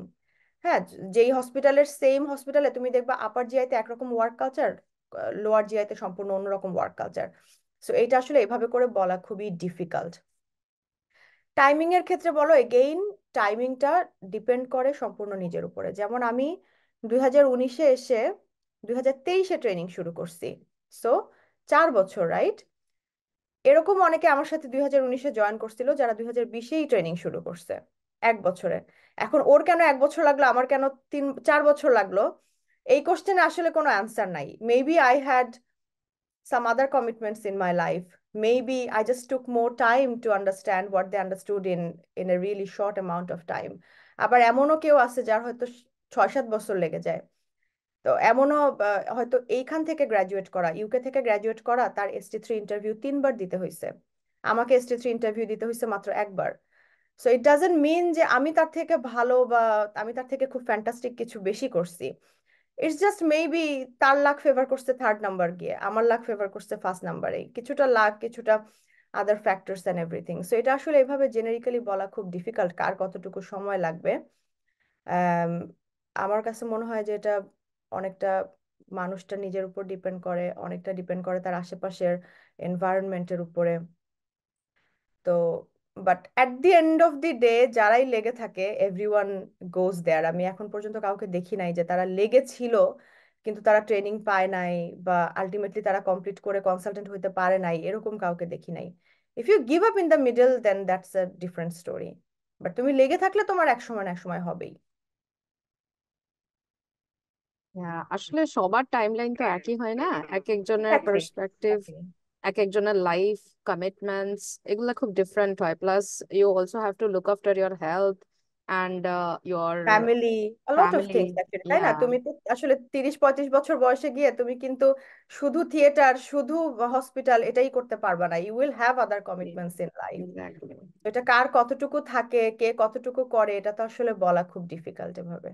হ্যাঁ, বাট আসলে আর আপনার লাইফের গোল কি? আপনি আলটিমেটলি কি করতে চান? কোথায় ট্রেন্ড হইতে চান? কোন সাবজেক্টে হইতে চান? এটার জন্য আপনার কি কি করতে হবে? আলটিমেটলি এগুলা আপনার যে টাইম লাইন এটাকেও অনেক এফেক্ট করে। সো এভাবে আসলে টাইম লাইন হিসাব করে লাভ নাই। আপনি যেখানে ঢুকবেন ওখানে যদি আপনি কমিটেড থাকেন, আই গেস আপনি সামনে আগাবেন। That's what I can tell from Naushin আপুর story. So Yeah, and everyone will have their own stories, isn't it? আমি যেরকম বলি যে আমি যখন ইউকেতে আসছি আমার কোনো আইডিয়াই ছিল না এগুলা সম্পর্কে। বাট এখন অনেক জুনিয়র এরকম আসে যাদের ইউকেতে আসার আগেই তাদের পোর্টফোলিও একদম ফুল রেডি থাকে। তো তারা Yes. নিশ্চয়ই আমার থেকে অনেক আগে আরো ট্রেনিং এ ঢুকবে, আরো হুম। আগে কমপ্লিট করবে, তাই না? সো আগে মানুষ ইন্টার্নশিপে থাকতে ফ্ল্যাপ দিত, এখন মানুষ এমআরসিএস দিচ্ছে, so that's a radical change we are saying, right? হয়তো আমার থেকেও অনেক জুনিয়র অলরেডি এমআরসিএস দিয়ে চলে গেছে, কিন্তু আমি এখনো জব পাচ্ছি না, so it doesn't define me, right? আমি লেগে আছি, নিজের ট্রেনিং করতেছি, যেখানে আছি ওখানে ভালো মতো কাজ শিখতেছি, that's what it matters, right? So আর কারো কোনো কোয়েশ্চেন আছে? ডক্টর রাইসা। রাইসাই Yeah. আম, আপু আসসালামু আলাইকুম। আমি recently MRCS part A pass করছি। তো আমার হচ্ছে গিয়ে পার্ট বি দেওয়ার প্ল্যান আছে পরের বছরে। তো আমার আর কি পাবলিকেশন, অডিট আর রিসার্চ নিয়ে আর কি আপনারা যদি একটা ওয়েবিনার করতেন তাহলে খুবই ভালো হতো। এরকম কি করার কোনো প্ল্যান আছে বা আই থিঙ্ক করবেন? আমি আমি অলরেডি করছি এগুলোর উপরে webinar. Videos should be available on Facebook or YouTube. Yes, yes, Apu, we have videos হ্যাঁ, available. Inshallah, next days we will arrange more and এবং more webinar. এখন শুধু ওইটাই না, মানে বিশেষ করে আমরা কিন্তু এখানে আমাদের ইউকেতে একটা Bangladeshi doctors in UK organisation আছে, যেখান থেকে আমরা প্রতি বছর কনফারেন্স অ্যারেঞ্জ করি। তো আম, আগে 2022-23 2 বছর আমরা অনলাইনে করলাম, এই বছর আমরা ইন পার্সন করলাম লন্ডনে। তো এই কনফারেন্স গুলোর উদ্দেশ্যও কিন্তু বেসিক্যালি আমাদের যারা জুনিয়ররা পাইপলাইনে আসে তাদেরকে এগুলোর সাথে ফ্যামিলিয়ারাইজ করা, যে তারা যখন একটা অডিট নিয়ে এসে প্রেজেন্ট করে, অ্যান্ড আমাদের খুব ভালো ভালো প্রেজেন্টেশন আসছে, এবং তারা প্রেজেন্টেশন তাদের কাজ প্রেজেন্ট করে, প্রাইজ পায়, মানে আই ক্যান সি যে জুনিয়ররা এখন এত ভালো করতেছে বাংলাদেশ থেকে। We feel really proud to see all this, you no.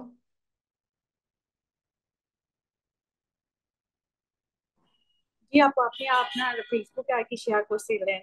তো কিন্তু ওটা তো আর অনলাইন ছিল না যে আমরা একটু এইবার যাইতে। অনলাইন ছিল না, কারণ আমরা আরেকটু এখন ইন পার্সনের দিকে, কারণ এখন আসলে কোভিড এরাটা চলে গেছে। তো তো কোভিডের সময় অনলাইন যে কোনো কিছু খুব ইজিলি অ্যাকসেপ্টেড হতো। এখন কি হয়, এখন আসলে অনলাইন শুনলে মানুষ প্রথমে ধাক্কায় একটু, মানে আনলেস ইটস হাইব্রিড, ইন পার্সনটা এখন আর একটু বেশি ইয়া পায়, যে কারণে, কারণ আমাদের এখন আর প্রচুর জুনিয়র ইউকেতে চলে আসছে, তারা এখান থেকে এখন জব ট্রেনিং এগুলোর জন্য। সো আমরা এবার লন্ডনের একটা হোটেলে কনফারেন্স করলাম, আমাদের অলমোস্ট 200 পার্টিসিপেন্টস ছিল। So, মানে অল ওভার লন্ডন থেকে সব বাংলাদেশি ডক্টররা আসছে। উম, উম, তো মানে আমরা এখন জিনিসটা জাস্ট আরো একটু ভ্যালু অ্যাড করার জন্য, আরো একটু সবার এবং বিশেষ করে ইন পার্সন করলে যেটা হয়, সোশ্যালাইজ করা হয় সবার সাথে, সবার communication build up, you get to meet new people, and I think it helps a lot, ওই জন্য আমরা ইন পার্সন। সো হোপফুলি তোমরা যখন এখানে চলে আসবা পরীক্ষা টরীক্ষা সব শেষ করে, so you will have really good support group to start with, isn't it? জি আপু, ইনশাল্লাহ তখন সেমিনার গুলো অ্যাটেন্ড করা হবে, যেটা in person. I think Dr. Imad has another question. Assalamualaikum Apu, Assalamualaikum Noshin Apu. Actually, last time when I met you, it was I think some back on February when we had a MRCS, I think so, MRCS Oh workshop yeah, we on did, with yeah, Genesis. ফেব্রুয়ারিতে আমাদের ইয়ে ছিল, teaching. Yes, Apu. By then I think I remember meeting you and Farid Bhai. By then I didn't have any MRCS complete, but Alhamdulillah, this October 30 I completed my MRCS total journey. Oh, So congratulation. So, Apu, actually, mainly I was going through the CST portfolio, that is 2025, and I have noticed that before there was a marking system regarding how much operations we have. Before that was like if we assisted in at least more than 40 operations, we get the maximum point.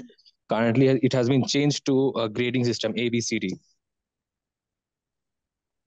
Has it? আমি জানি application open হয়েছে, আমি অ্যাপ্লিকেশনটা খুলে দেখি না এখনো, maybe 8-10 তারিখ, না, কবে জানি বন্ধ হবে, এই মাসেরই কবে জানি বন্ধ হয়ে যাবে। 14, I think. So, আচ্ছা, Apu, my question is that A B C D গ্রেডিংটা কিসের উপর বেসিস করে বলছে ওরা? Apo is basically if more than 40, then it's A grade. More than 30 to 39, it's B grade. OT, I think so the operations, any operations which has been assisted. So Apu, my question is that how do I bring out this evidence, this particular domains of evidence? আচ্ছা, তুমি কি এখন বাংলাদেশে আসছো? জি আপু, I have already I'm একটা corporate hospital আছি আপু বর্তমান। তো আচ্ছা, মানে যে হসপিটাল আমি মানে যে অপারেশন অ্যাসিস্ট করছি ওইটার ওই পেশেন্ট পার্টিকুলার ইউএইচআইডি আর বাকি সব ইনফরমেশন রেডি আছে। তো is it like I should upload this information within the e-logbook or like what is this particular part, Apu? তোমার ই লগবুক অ্যাকাউন্টে রেজিস্টার করা আছে না? জি আপু, একটা অ্যাকাউন্ট বানানো হয়েছে আপু। পিএমডিসি রেজিস্ট্রেশন নাম্বার দিয়ে একটা অ্যাকাউন্ট করে রাখবা, করে তোমার সব অপারেশন গুলা ই লগবুকে লগ করবা। I think you have to give patient details, patient ID number, date of birth, তারপর হচ্ছে তুমি কি অপারেশন করছো, কত তারিখে করছো, এটা কোন কনসালটেন্টের আন্ডারে ছিল, আর হচ্ছে জাস্ট অপারেশন একটু ডিটেলস মেবি। তো ওইটা কি হবে, তোমার number of operation, name of অপারেশনটা লগড হয়ে থাকে। অ্যান্ড ইটস রিয়েলি গুড, কারণ তুমি হচ্ছে এটাকে একটা মাইক্রোসফট এক্সেল ফাইল হিসাবে আনতে পারবা, পিডিএফ ফাইল হিসাবে আনতে পারবা। তো ওইটার একটা এটা আসলে ই লগ বুকটা না দেখায় বলা খুব difficult. Let me see if I can bring on my e log book and share my screen. একটা সেকেন্ড টাইম দাও, আমি দেখি আমি দেখাতে পারি কিনা আমারটা। And also one more question while you are searching for the logbook. Currently, is it like for in case of PLAB, there's a necessity to do attachments either paid or free? Mane, if I complete my MRCS and if I go forward with my GMC registration, do I need to do any attachment? Does it help me in any way to secure at least the first NHS job? It does unfortunately. So আমরা যখন আসছিলাম 2019-এ, clinical attachment wasn't a thing. কারণ হচ্ছে ইউকেতে এসে তুমি কোনো পেমেন্ট ছাড়া এসে একটা হসপিটালে অ্যাটাচমেন্ট করবা, তোমার এখানে থাকা খাওয়া all that is quite expensive. So এইটা আমাদের জন্য করা খুবই ডিফিকাল্ট। তো আমরা তো সরাসরি জব নিয়ে তারপর এখানে ইভেন আমরা জিএমসি রেজিস্ট্রেশনের জন্য তখন তো ইন পার্সন আসতে হতো, অনেকেই আসতো না because it's just not feasible financially. তো আমরা একবারে এসে জিএমসির আইডি চেক করে রেজিস্ট্রেশন নিয়ে আমরা জবে ঢুকে যেতাম। That's what it use to be like. But এখন সমস্যা যেটা হয়েছে, অনেকেই বিশেষ করে যারা প্লাব টু দিতে তো ইউকে তাদের আসতেই হয়, তো তারা জাস্ট ওয়ার্ক এনভায়রনমেন্টটা দেখার জন্য ক্লিনিক্যাল অ্যাটাচমেন্ট করে। তো যে একজন ক্লিনিক্যাল অ্যাটাচমেন্ট করছে 2 থেকে 4 সপ্তাহ হসপিটালে ঘোরাঘুরি করছে, কনসালটেন্টরা তার চেহারা চিনে, সে হয়তো সিস্টেমটা কিভাবে কাজ করে দেখছে, তারপর যখন কোনো জব অ্যাডভার্টাইজড হয় সে যখন বলে যে সে এটা এটা এটা জানে, ইটস জাস্ট আ থিং যে ইন্টারভিউয়ারদের তখন মনে হয় যে অবশ্যই যে একজন হয়তো বা ইউকের হসপিটালের সিস্টেমটা একটু হলেও জানে, তার প্রতি একটা ইয়া কাজ করে। তো এখন it has almost become a culture. And আমি বলতেছি না যে ক্লিনিক্যাল অ্যাটাচমেন্ট ছাড়া জব পাওয়া যায় না, মানুষ পাচ্ছে, বাট কম্পিটিশনটা এমন হয়ে গেছে যে it it kind of adds to a point. So কারোর পক্ষে যদি অ্যাফোর্ড করা সম্ভব হয়, আমরা ইউজুয়ালি অ্যাডভাইস করি কিছু অ্যাটাচমেন্ট নেওয়ার জন্য। Understandable. And Apu, another one is that my current work background is in ENT, but I have a MRCS. I don't have the specific MRCS for ENT, and I also heard that MRCS ENT will be discontinued from 2026 onwards. But my background is in ENT, and I have an MRCS currently. So, is it like controversial or anything that like if I apply for any ENT job, since I have a previous history, previous experience in ENT, will I be able to get accepted, or should I just pursue for general subjects like orthopedics or any other like plastics? ENT job সম্পর্কে আমার idea খুবই কম। তোমার exact কোয়েশ্চেনটা কি, মানে তুমি ইএনটির জবের জন্য অ্যাপ্লাই করবে এখানে? জি জি, মানে MRCS ENT আলাদা আছে আপু, but for me I have an MRCS in general subjects, মানে যেটা the typical MRCS, but my okay, my work experience is on ENT. So can কিন্তু I জুনিয়র apply? পোস্টের জন্য অ্যাপ্লাই করতে কোনো সমস্যা থাকার কথা না। এখন তুমি রেজিস্ট্রার পোস্টের জন্য অ্যাপ্লাই করতে গেলে তোমার ওই এমআরসিএস ইএনটি যেটা স্পেসিফিক ওটা হয়তো বা লাগতে পারে, অলদো আমি এটা নিয়ে 100% শিওর না। আম, এখানে আমার কাছে যেটা মনে হয়েছে, আমি এমআরসিএস পাশ করার সাথে সাথে একটা ইউকে হসপিটাল থেকে রেজিস্টার পোস্টের জন্য ডিরেক্ট রিক্রুটমেন্টের একটা অপরচুনিটি আসছিল। But when I said them যে ওরা থোরাসিক সার্জারির জন্য ছিল, বাট আমি যখন ওদেরকে বলছি যে আম, আহ, তখন হচ্ছে থোরাসিক সার্জারিতে আমার শুধু 4 মাসের একটা হিস্ট্রি ছিল এক্সপেরিয়েন্সের। সো ওরা বলছে না, অ্যাটলিস্ট 1 ইয়ার থাকলে ওরা আমাকে নিত। তো আই থিঙ্ক যদি আপনার ইএনটিতে থাকে, ওটা যদি 1 বছর বা তার বেশি হয়, তাহলে হচ্ছে আই থিঙ্ক আপনি একটা ভালো পোস্ট সিকিউর করতে পারবেন। কিন্তু আপনি জুনিয়র যে কোনো পোস্টের জন্য অ্যাপ্লাই করতে পারবেন। ইএনটিতে এক্সপেরিয়েন্সটা আপনার জন্য কাইন্ড অফ বোনাস পয়েন্ট। আমার কাছে এটা মনে হয়, কারণ জব অ্যাপ্লিকেশন গুলাতে এগুলো অনেক কিছু ফ্যাক্টস আছে। বুঝতে পারছি আপু। And আপু, যারা like আলহামদুলিল্লাহ, yes আপু। না, তুমি বলো। Apo, Alhamdulillah, I also, by giving my MRCS also, my MRCS was on September 8th, but, I also, in the meantime, I tried to apply for the residency program in Bangladesh, the MDMS. Alhamdulillah, I got in MS Orthopedics in DMC. And Oh, এখন, should I congrats. continue, like, I'm like really confused because I'm তুমি like actually one interested কিসে? তুমি এনটিতে কাজ করছো, অর্থতে residency দিছো, মানে তুমি long run কি করতে চাও, ডু ইউ নো? লং রানে আপু আমার হচ্ছে মেনলি, আমি জানি না, এমনি পরীক্ষা দিছি because সব ছেলেদের একটা ইচ্ছা থাকে আগে আচ্ছা, অর্থোপেডিক্স দিতে, বাট ফরচুনেটলি আমি হয়ে গেছে আমারটা। That's a bit too gender specific, anyways. আচ্ছা, Apu, my question is, Apu, like, should I do attachment and then return to Bangladesh, or there's a possibility of getting the job within the attachment? Because if I have to return to Bangladesh, that time I have to get money. That's the only way for me to get into residency. Or like, should I completely skip my residency dream and just focus completely on the getting the job within UK while in UK?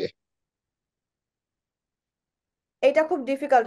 I don't think anyone will be able to promise you that you will get a job while doing a clinical attachment. So আমি এটাও দেখছি, মানুষ কয়েক মাস clinical attachment করছে and then they went back and they applied for job again. It's just because এত long waiting time, এত competition ratio, তো এটার আসলে কোনো গ্যারান্টি নাই।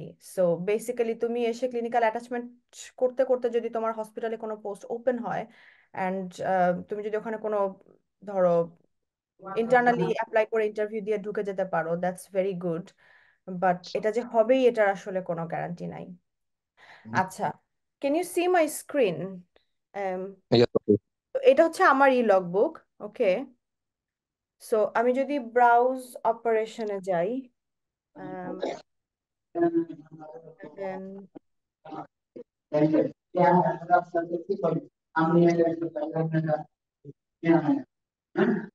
তো এইটা হচ্ছে আমার সব কেস, আমার এখানে এরকম লগ করা আছে। ওকে, তো এখানে গিয়ে আমি হচ্ছে এখানে ডাউনলোড ভ্যালিডেশন ওয়ার্কশিট অথবা download excel file. So validation ওয়ার্কশিটে আমি যদি ঢুকি, তাহলে ওরা আমাকে এরকম এটার একটা ফুল সামারি বানায় দেয়। ওকে, সো এরকম একটা সামারি দিবে যেটার মধ্যে আমার সব অপারেশন এভাবে লক করা। আরেকটা থাকে হচ্ছে শুধু কনসোলিডেটেড একটা ফাইল, যেটার মধ্যে শুধু অপারেশনের নাম আর number. Now, I don't really remember how to get the consolidated one. But এটা এখানেই কোথাও আছে, মানে তোমার জাস্ট একটু ঘুরায় ফিরায় দেখতে হবে আর কি ওটা কোথায় আসে।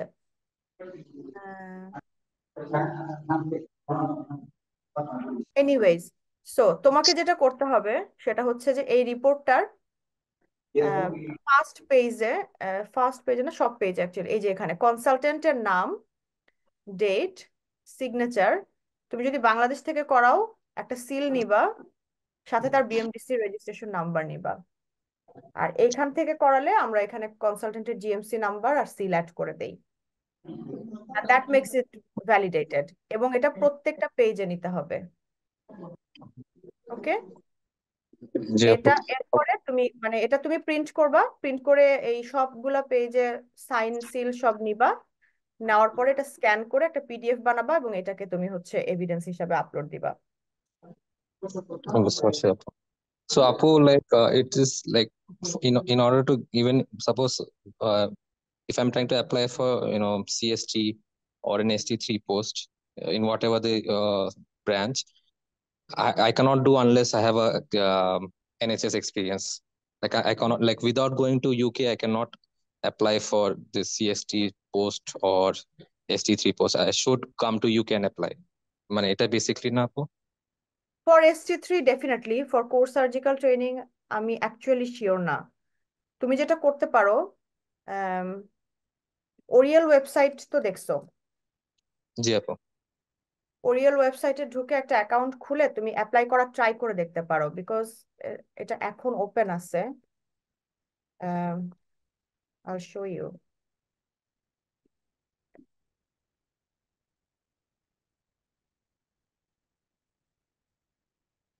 So vacancies for surgical training,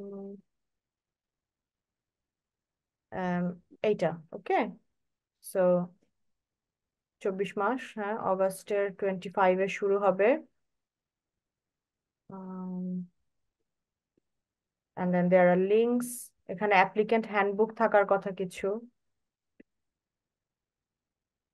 এখানে তোমার কয়টা পোস্ট কি কি আছে এগুলো সব দেওয়া আছে। So I think just go through this link, go through this applicant guide, the self-assessment, person specification, resource bank, everything. And এখানে গিয়ে তুমি অ্যাপ্লাই করা ট্রাই করে দেখতে পারো। অ্যাপ্লিকেশন ক্লোজ হবে হচ্ছে 21শে নভেম্বর। সো এর আগে তোমাদের যাদেরই MRCS কমপ্লিট আছে, ইফ ইউ আর ইন্টারেস্টেড, তোমরা এটাতে অ্যাপ্লাই করা ট্রাই করে দেখতে পারো। আই মিন, না হইলে you don't really lose anything, but হইলে you get an application, isn't it? Understandable. আপু ম্যাম, like আপু compared to মানে UK graduates, মানে what is like do the UK graduates maximize their portfolio points and then they apply, or they just apply just like that? Mane, for us Bangladeshis, we have to, we at least we take 1 year to enhance our portfolio, being research, be it audit. Like, what is the chances? Mane, I just clear my MRCs right now. If I apply now, because I have only OT experience with me, I think so it's bit মানে too কি বলে মানে highly ambitious to apply for CT1 right now. Not really. I mean, apply তো তুমি করতেই পারো, apply করার জন্য তো তোমাকে কেউ আটকাতে পারবে না, তাই না? ইভেন আমি তো বাংলাদেশ থেকে আমাকে যারা কন্ট্যাক্ট করে, আমি বলি যে apply for other trainings as well. Option gynae আছে, তারপরে হচ্ছে তোমার জিপি ট্রেনিং আছে, সাইকিয়াট্রি ট্রেনিং আছে।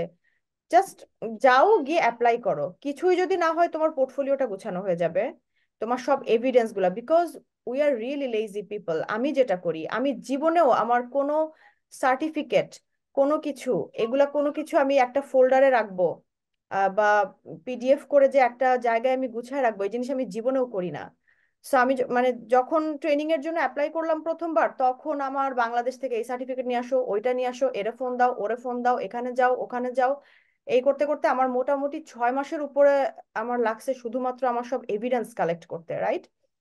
তো তুমি যদি জি জি। অ্যাপ্লাই করো, তোমার যদি আর কিছুই না হয়, ওরা ধরো তোমাকে লং লিস্টও করলো না, কিন্তু অ্যাটলিস্ট তুমি এভিডেন্স গুলো একসাথে করে ফেলবা, তাই না? সো ওই মোটিভেশনে, সো মানে Oh, one what more can be thing the is that, worst thing that can happen? one more thing, there's this 18 months cutoff, right? That if I have more than 18 months, that we are ineligible to apply for CST, that's CT1. এখন I cannot, suppose not this year, but if it comes next year, in the next 2025 November, application window opens. That time most probably I'll be over the 18 months eligibility period. What is that time should I shift my focus to the তোমাকে just অন্য কোনো স্পেশালিটিতে move করতে হবে। এখানে ওরাও এটাই করে। যখন দেখা যায় যে হয়তো এই বছর অ্যাপ্লাই করলো, কোর ট্রেনিং পেলো না, তখন ওরা সার্জারি ছেড়ে ওরা হচ্ছে অন্য কোনো লাইক এনি বা এই টাইপের কোনো একটা জবে সুইচ করে, অথবা কারণ ওদের তো আর এত ভিসা ইস্যুস নাই, তো ওরা অনেকে দেখা যায় যে জব ছেড়ে দিয়ে লোকাম করতে থাকে তখন। তো ওইটা ওদের এক্সপেরিয়েন্সে কাউন্ট হয় না। তো তুমি বাংলাদেশে যদি এরকম হয় যে ধরো এখন কাজ করতেছো কোনো একটা ক্লিনিকে, জিপি প্র্যাকটিস করতেছো, বা আম, এটা হচ্ছে core surgical training, I think তোমার is it surgical experience or general surgery experience, যেটা 18 মাসের বেশি any হবে? surgical experience আপু, any post surgical event? Foundation, তবে এখানে কিন্তু পোস্ট ফাউন্ডেশন বলছে, হ্যাঁ। তো তুমি যখন ইন্টার্নশিপ করবা, ওটা তোমার F1, এরপরের 1 বছর হচ্ছে তোমার F2। তো Oh, তারপরে fine. তুমি যেটা করতেছো সেটা হচ্ছে এটার মধ্যে কাউন্ট হবে। তো তোমার যদি Oh, মনে okay. হচ্ছে ওইটা অনেকে জি এটা জি জানে বুঝতে না, হ্যাঁ। পেরেছি। তো এটা Oh, হচ্ছে then okay, Abu, then I still have 1 year in my hands. Because exactly Alhamdulillah, I cleared my MRCS মানে irrespective আমি Alhamdulillah MRCS F2 তে complete করছি. Oh, thank you so exactly much, Abu. That is a very valuable information, Abu. ওখানে কিন্তু লেখা আছে post foundation. তো আমি আমি যেহেতু কো ট্রেনিং অ্যাপ্লাই করছিলাম এখানে এসে, তো আমি এগুলা নিয়ে পুরো ডিটেলসে রিসার্চ করছি। তো তুমি যদি এটা দেখাও যে this was your foundation training, post foundation তুমি যেটা করতেছো সেটা তোমার 18 মাসের বেশি হতে পারবে না। তো অ্যাট সাম পয়েন্ট তোমার যদি গিয়ে মনে হয় যে এই কো ট্রেনিং তোমার হচ্ছে গিয়া মানে ইয়া হয়ে যাচ্ছে, তো তুমি যেটা করতে পারো ওই অন্য কোনো স্পেশালিটিতে সুইচ করতে পারো। So, one more thing is that there's one particular point regarding post-graduate certificate in clinical education. I searched a lot. There was many universities which are providing this, but which of them are recognized by Royal College? Not Royal, sorry, not Royal College. Which of them are recognized by the কি যে PG um, shirt medical education ওইটা? GG Apu? Which hmm. university is recognizing? Which one is accepted by this training this training institutes? ওখানে তোমার specific কিছু points যে আছে। কোনো university করতে পারবো আপু, নাকি there's a specific ah, particular university? আমি এটা অ্যাকচুয়ালি জানি না, কারণ আমার যখন এটা মানে করা লাগতো ইট ওয়াজ টু এক্সপেন্সিভ। মানে আমার জি কাছে জি। মনে হচ্ছে একটা মার্কের জন্য আমার আসলে এত টাকা খরচ করা ইট ওয়াজ টু না আপু, মাচ। এখন হচ্ছে মার্কসটা বাড়াই দিছে আপু। ওকে, সো তুমি সেই ক্ষেত্রে আরেকটা জিনিস যেটা করতে পারো, এখানে অনেকে রোটেশনাল জব নিয়ে আসে, তোমার টিচিং টাইপের জব। হুম। So, আপু, এখানে teaching type of job should it be like teaching an fellow. official medical college, or যেটা আমি নলে আমি যে কোনো একটা মেডিকেল কলেজ একটা ভলেন্টিয়ার হিসেবে টিচিং করতে পারবো, ওখান থেকে আমি যদি এভিডেন্স গ্যাদার করতে পারি, ও নাকি হ্যাঁ, এটা না না, ওই এখানে তোমার কিছু জব থাকে ডেডিকেটেডলি, ওটা টিচিং ফেলো জব। জি জি জি। ক্লিনিক্যাল লেকচারার তো কিছু ট্রেনিং নাম্বারও আছে আই গেস। ওইটাতে করে তোমার হয় কি, দাঁড়াও দেখি আমি একটু। ক্লিনিক্যাল, ওইটাতে করে সুবিধা যেটা হয় অনেক এই ধরনের অনেক পোস্টে অনেক সময় ওরা স্পন্সর করে তোমার এই যে পিজি সার্ট মেডিকেল এডুকেশন করাটা। আর আপু, another last domain which I want to discuss is এই যে এই টাইপের জবগুলা, এই যে এটা হচ্ছে তোমার ক্লিনিক্যাল লেকচারারশিপ। ওকে, এটা কিন্তু তোমার ক্লিনিক্যাল ইয়ে জব না, mention. সাইকিয়াট্রিতে আছে আমি 48 মান্থসের। এই টাইপের জবগুলো একটু সার্চ করে দেখতে পারো, অনেক সময় ওরা এটা স্পন্সর করে। Oh yeah, Apu, one more thing regarding the surgical conference which are accepted by the institute. I ওখানে যেমন বাংলাদেশে রিসেন্টলি একটা ভাস্কুলার সার্জারি কনফারেন্স আমি অ্যাটেন্ড করছি, ওখান থেকে সার্টিফিকেটও নিয়ে ফেলছি আমি, but it's not, I don't think so it is accepted by the the core surgical training in the body which recognizes core surgical training. কেন? তো যে কোনো অফিসিয়াল সার্টিফিকেট হইলে তো তাদের, আমি তো বাংলাদেশে যেখানেই কনফারেন্স অ্যাটেন্ড করছি সবই ওরা অ্যাকসেপ্ট করছে, অ্যাকসেপ্ট না করার তো কোনো কারণ নাই। No, right now the new কি বলে আপু, new CST 2025, they mentioned the criteria and all, like it should be criteria recognized. কোথায় হতে হবে এটা? লাইক আমি ঠিক রিমেম্বার করতে পারছি না, বাট তো একটা হচ্ছে রয়্যাল কলেজ রেকগনাইজড হতে হবে এরকম, those are provided by Royal College, those international conferences. আর ওকে, তিনটা হয়েছে সবচেয়ে maximum mark. So I have is there anything right now? Because Apu, I'm talking the recent CST self-assessment score. এইটা হয়তো বা তুমি যখন তাহলে ইউকে তে আসো তোমার জন্য আরেকটু ইজিয়ার হবে, কারণ then you have to specifically look for, যেমন আমরা এবার যেটা করছি বাংলাদেশি ডক্টরস কনফারেন্স, ওইটা আমাদের আরসিএস এডিনবরা থেকে 6 CPD point add. Yes, Apu. তো This এই type of টাইপের ones. গুলা তোমাকে স্পেসিফিক্যালি, তারপর তুমি যখন ইউকে তে আসবা দেয়ার আর সাম অর্গানাইজেশনস লাইক অ্যাসিড, তারপরে হচ্ছে তোমার some other surgical societies, I can't remember all of them, but ওদের গুলা হচ্ছে widely recognized, so তোমাকে খুঁজে খুঁজে তাহলে ওরকম তিনটাতে যেতে হবে। So thank you so much, Apu. I took a lot of time, but I think Okay. so you have cleared a lot of my doubts. Thank you so much, Apu. And again, তুমি কালকে যদি join করো, I think it will be really good, কারণ কালকে আমাদের topic specifically এটা, so আমরা এই জিনিসটা নিয়েই কথা বলবো। আমি জাস্ট লাস্ট একটা কোশ্চেন আনসার করি, and then I think we should really wrap up, কারণ অলমোস্ট 2 ঘন্টা হচ্ছে আমাদের। I would like to know after internship, আমি 1 ইয়ার জেনারেল সার্জারিতে ট্রেনিং করেছিলাম HMO। আমি জেনারেল সার্জারিতে এমন হিসাবে পেয়ে যাবো ফিউ ইয়ার্স। ওকে, সো 1 বছর যেটা HMO job, that will be count as a FY2 training, okay? And then the paid job, NHS A training হিসেবে কাউন্ট হবে না, that's the answer.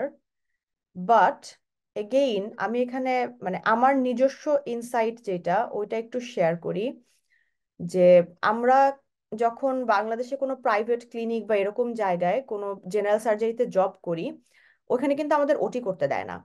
মানে আমাদের নিজের হাতে কিন্তু কোনো মানে যে কোনো প্রসিডিওর করা, আমরা দেখা যায় মেইনলি আমরা ওয়ার্ডে ক্লার্কিং করি, পেশেন্টের হিস্ট্রি নেওয়া, এটা সেটা মেডিকেশন প্রেসক্রাইব করা, ডিসচার্জ লেটার লেখা, খুব বেশি হইলে যেসব জায়গায় ওটিতে যাওয়ার সুযোগ আছে অ্যাসিস্ট করতে দেয়, কিন্তু ওটি করতে কিন্তু দেয় না।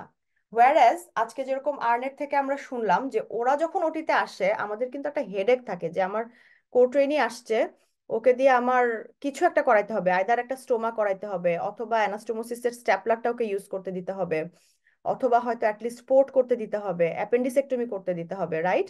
তো আমাদের মানে আমাদের বাংলাদেশে কিন্তু ক্লিনিকে এই জিনিসগুলা প্রাইভেট জবে কখনোই তুমি করার সুযোগ পাবা না। সো ইজ ইট টেকনিক্যালি, এটা কিন্তু একটা কো ট্রেনিং লেভেলের জব না, এটা কিন্তু টেকনিক্যালি একটা ফাউন্ডেশন লেভেলের job. So you don't really want to show this as your general surgery experience, কারণ যখন তুমি বলবা যে আমি 3 বছর বা 4 বছর জেনারেল সার্জারিতে কাজ করে আসছি, ওরা এটা অটোমেটিক্যালি ধরে নিবে, তাহলে তো তুমি ল্যাপারোটমি করতে পারো, তাহলে তো তুমি গলব্লাডার অপারেশন করতে পারো, অ্যাপেন্ডিক্স অপারেশন করতে পারো, কিন্তু তুমি কিন্তু অ্যাকচুয়ালি পারো না। সো আমি যখন বাংলাদেশ থেকে এরকম কোনো জব যেগুলো যেগুলো আমার প্রাইভেট ইয়াতে করা ছিল, ওইটা আমি দেখাইছি, ওইটা কিন্তু আমি দেখাইছি হচ্ছে তোমার either it can be your locum job or it can be তোমার ওখানে ডিফারেন্ট অপশনস থাকে, যে আমি এটা দেখাইতাম যে ওখানে আমি মানে ওয়ার্ড ম্যানেজমেন্ট করতাম, নট থিয়েটার প্রসিডিওর কিন্তু করতাম না। সো আমার রেকমেন্ডেশন হবে যে তুমি যদি আনলেস তুমি যদি ওইখানে নিজে নিজে প্রসিডিওর না করে থাকো, don't show it as your general surgery experience, because general সার্জারিতে কাজ করার experience means a totally different thing in the UK. এখানে তুমি জেনারেল সার্জারিতে কাজ করো মানে তুমি থিয়েটার করো, মানে জেনারেল সার্জারি ওয়ার্ডে পেশেন্টের ডিসচার্জ লেটার লেখা is not a general surgery experience. বুঝতে পারছো জিনিসটা? সো ওইটা তুমি দেখাইতে পারো যে তুমি ওইখানে একটা মানে ওয়ার্ড ম্যানেজমেন্ট করতা, হয়তো হ্যাঁ তুমি ওয়ার্ডে হয়তো আনওয়েল পেশেন্ট অনেক ম্যানেজ করছো, তারপরে পেশেন্ট ক্লার্কিং করছো, ডিসচার্জ করছো and all that, but you didn't really work into general surgery there unless you did. I hope that makes sense. Okay. Yeah, I think that's all, Apu, for today. আমরা wrap up করলে ভালো হয়. It's হ্যাঁ, almost 2 I think hours. we should, yeah. 2টা বেজে গেছে। ওকে, কালকেও ঠিক 6টায় বাংলাদেশি টাইম আমাদের আরেকটা সেশন আছে, যেটা হচ্ছে jobs in UK and from UK perspective. ওখানে আমাদের একজন বাংলাদেশি কনসালটেন্টও জয়েন করবেন, নওশিন আপুর পাশাপাশি। তো যদি কারো কোনো কোয়েশ্চেন থাকে ওখানে আপনারা করতে পারবেন, আপু অ্যান্ড ভাইয়া আশা করি আনসারগুলো অবশ্যই দিতে পারবে। সো থ্যাংক ইউ নওশিন আপু for joining us today. Nowshin আপু, অনেক অনেক থ্যাঙ্কস আপু, আপনি আপনার এত বিজি শিডিউল থেকে আমাদের এত লম্বা সময় আজকে দিচ্ছেন আপু, thank you so much. It's okay, তোমাদেরকেও থ্যাংক ইউ জয়েন করার জন্য অ্যান্ড প্রোগ্রামটা সুন্দরভাবে কন্ডাক্ট করার জন্য। আই থিংক কালকে আমরা আজকে অনেকগুলো কোশ্চেন ছিল, আসলে আমি ওভাবে ডিটেইলে যাই নাই বিকজ অনেক টাইম লেগে যেত, বাট ইনশাল্লাহ আমরা কালকে ট্রাই করবো। আমি জানি না আমি সব কোশ্চেন আনসার দিতে পারবো কিনা, বিকজ এটা আসলে খুব ডিফিকাল্ট একটা কোশ্চেন এবং ডিফিকাল্ট একটা সিচুয়েশন, এটা আমাদের রেকগনাইজ করতে Different হবে। type of question is coming. But আমরা ট্রাই করব যে মানে যতটুকু সম্ভব ইনফরমেশন দেওয়ার যেটা কাজে লাগে। Thank you Fatema, thank you Nipa, thanks all the participants, thanks Genesis. Assalamu alaikum. Assalamu alaikum. Allah Hafiz.